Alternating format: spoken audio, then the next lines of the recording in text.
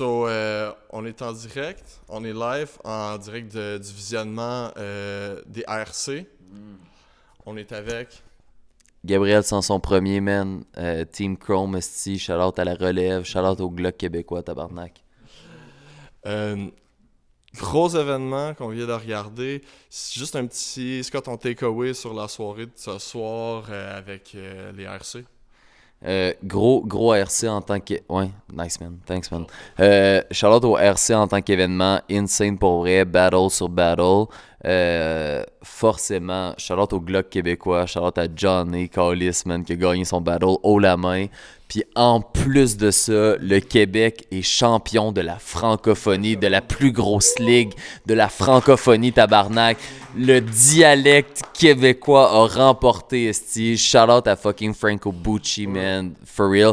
Des esti de gros battles. Merci d'avoir des événements comme ça. Merci de keep up with la culture. Puis ça fait plaisir d'être dans le relève puis de voir ça parce que c'est le genre d'événement auquel on a le goût de participer dans le futur. Fait que ça fait plaisir de voir des esti de gros events puis que vous care about that shit. For real, shout out, man. That's it, man. 100% bro. Newcomer dans ce rap battle truc, t'as dit ça dans Nouvelle Époque.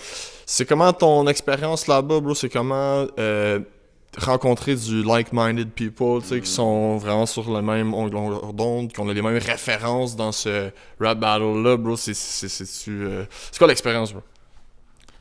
Nouvelle Époque, c'est insane. Moi, j'ai tout le temps eu, personnellement, sur ma bucket list, la volonté de vouloir participer à une télé-réalité. Point barre, mettons. Que ce soit Big Brother, Survivor ou whatever, OD, man, call it. For real, là, tu sais. Genre, juste participer à une télé-réalité. First battle rapper à OD, bro, ça serait un insane achievement. OD, je vous attends, man. Ça sera... Ah oui, Adamo, ben oui, Adamo, man. Sarono, man. Pas OD, bro, parce que je connaissais, j'avais oublié qu'Adamo avait fait OD, genre. C'est vrai, man. Genre... Non, mais bro, je le connaissais même pas d'OD avant ça me sortit. Ouais, c'est ça date déjà.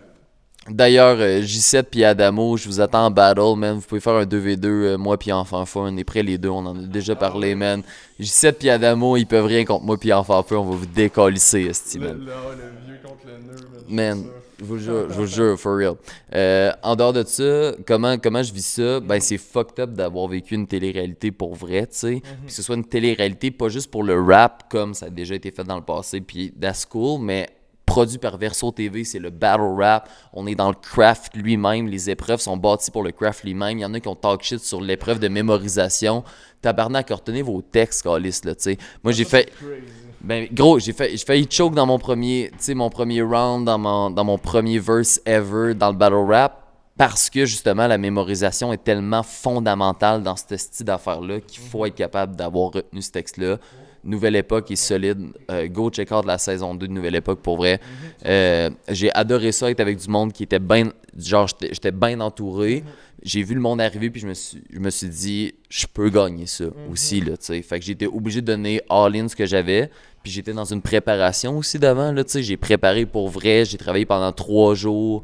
Ce qu'on allait travailler dans Nouvelle Époque, parce que je savais ça allait être quoi les challenges. Puis j'étais arrivé solide, puis tout ça. Mais j'ai eu aussi un affrontement qui méritait tout le temps de questionner, puis d'oser donner exactement ce qu'il fallait pour finalement gagner la saison, quoi. Ah, pis t'as fait ça avec brio, man, honnêtement.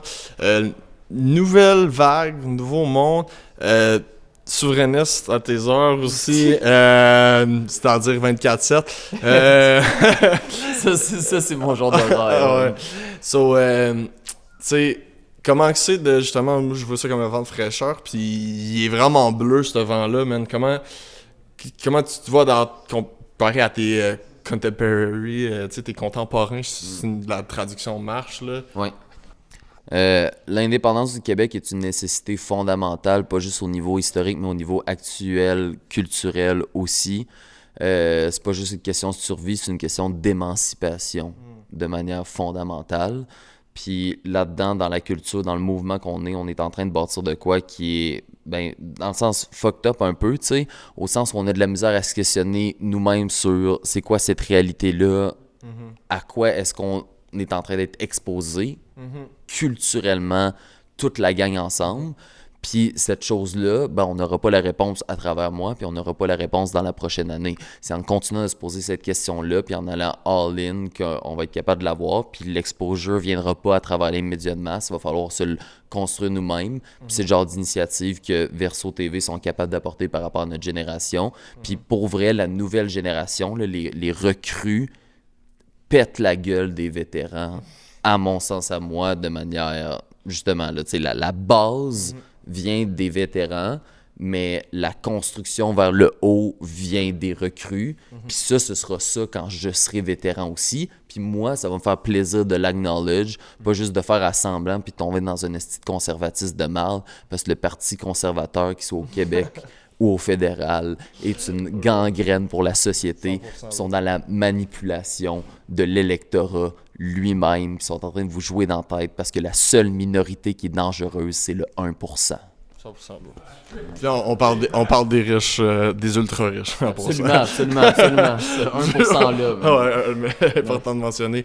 Ça sera pas des vétérans, par contre, que tu vas affronter samedi. Non. Peux-tu me parler de comment tu te prépares pour ça? Je suis en train de finir l'apprentissage de mes 3 verses que j'ai. Charlotte au fait que c'est mon premier time de 3 verses aussi, là, tu sais. Ouais. Fait qu'il y a de quoi qui est le fun. Ouais, for real. Tu sais, il y a de quoi dans le craft qui est vraiment distinct à l'intérieur de ça, puis que je sens aussi. Mais ça me donne la marge de manœuvre pour tester plus de trucs, parce que je suis quand même je suis au début de mon craft de battle rap. Genre, j'ai déjà écrit des tunes de rap pour mes shows. J'ai déjà écrit du théâtre aussi, le rap pour mes shows. J'ai mis du battle rap dans mes shows de théâtre. Mais d'arriver dans le battle rap, il faut que je sois capable d'apporter de quoi qui est dans une construction constante puis dans la volonté de me dépasser. Je manage pas la volonté de keep back les meilleures lines que j'ai contre Auré, que je vais affronter. J'arrive avec mes meilleures lines contre Auré, parce que je me bats pas juste contre Auré, je me bats contre mon titre, puis je me bats contre la volonté moi-même d'être meilleur que ce que je viens de faire là. Fait que je me bats au meilleur de ce que je suis capable de faire, parce que la prochaine fois, je vais être meilleur de ce que j'étais. Je veux tout le temps être meilleur que ce que j'étais déjà. Puis ça, c'est pas juste dans le battle rap, c'est dans mes shows de théâtre aussi, puis c'est dans les tunes que je pull up, c'est dans tout ce que je fais en général. C'est une éthique de travail, oui. 100%. Tu parlais de l'attitude de certaines personnes qui pensent mieux à c'était mieux avant. Toi, comment tu te vois plus tard dans ta carrière par rapport à cette jeunesse-là? Si jamais c'est de quoi qui te rejoint pas, tu te vois-tu être autant fermé? Comment tu vois ça? Ben, c'était pas mieux avant, parce qu'avant, on était homophobe, misogyne, sexiste, on était xénophobe aussi, de manière fondamentale à l'intérieur du battle rap, dans toute la culture. On l'est encore, mais il y a d'autres propositions qui vont pas en ce sens-là. Puis la meilleure manière de faire la transition, c'est d'utiliser ces outils-là qui viennent de ce genre de joke-là, puis être capable de construire à partir de ça. Puis si on est capable de faire le switch vers ça, ben on va évoluer en tant que société, puis c'est correct qu'on évolue. Le progressisme qui est de gauche vient forcément d'une volonté d'évoluer, mais c'est correct d'évoluer en société parce que c'est fondamental dans l'expérience humaine aussi. Puis à l'intérieur de ça, je pense qu'on apporte de quoi dans la relève qui est calissement fort. Puis j'ai du moins la naïveté, et je fais attention à chacun des mots que je prononce dans la vie, la naïveté de croire, moi personnellement, que dans le futur, les gens de la relève, je serai à l'écoute de ces personnes-là pour être capable d'être dans la considération le plus possible de ce que les jeunes ont à apporter. Puis je le dis pas juste parce que je suis dans une position de jeune, je stand on that. Puis si je mens dans le futur, ben vous rejouerez ce clip-là pour m'envoyer chier, puis ça va me faire plaisir à ce moment-là, je le sais déjà. J'adore sur ces belles paroles, man. Très hype de nos conversations. On se revoit peut-être sur un DNR, petit entre les lignes, ou peut-être même un Yap Sesh, un nouveau segment plus podcast. Yes, sir. Je vous invite à aller follow Verso sur toutes leurs choses. Venir le samedi, le 22. Gros ballot, ça va être incroyable. Je suis très hype. C'est ce qui met fin à notre petite entrevue. Man, shout out encore. Thanks, man. C'est vraiment apprécié. So, peace out.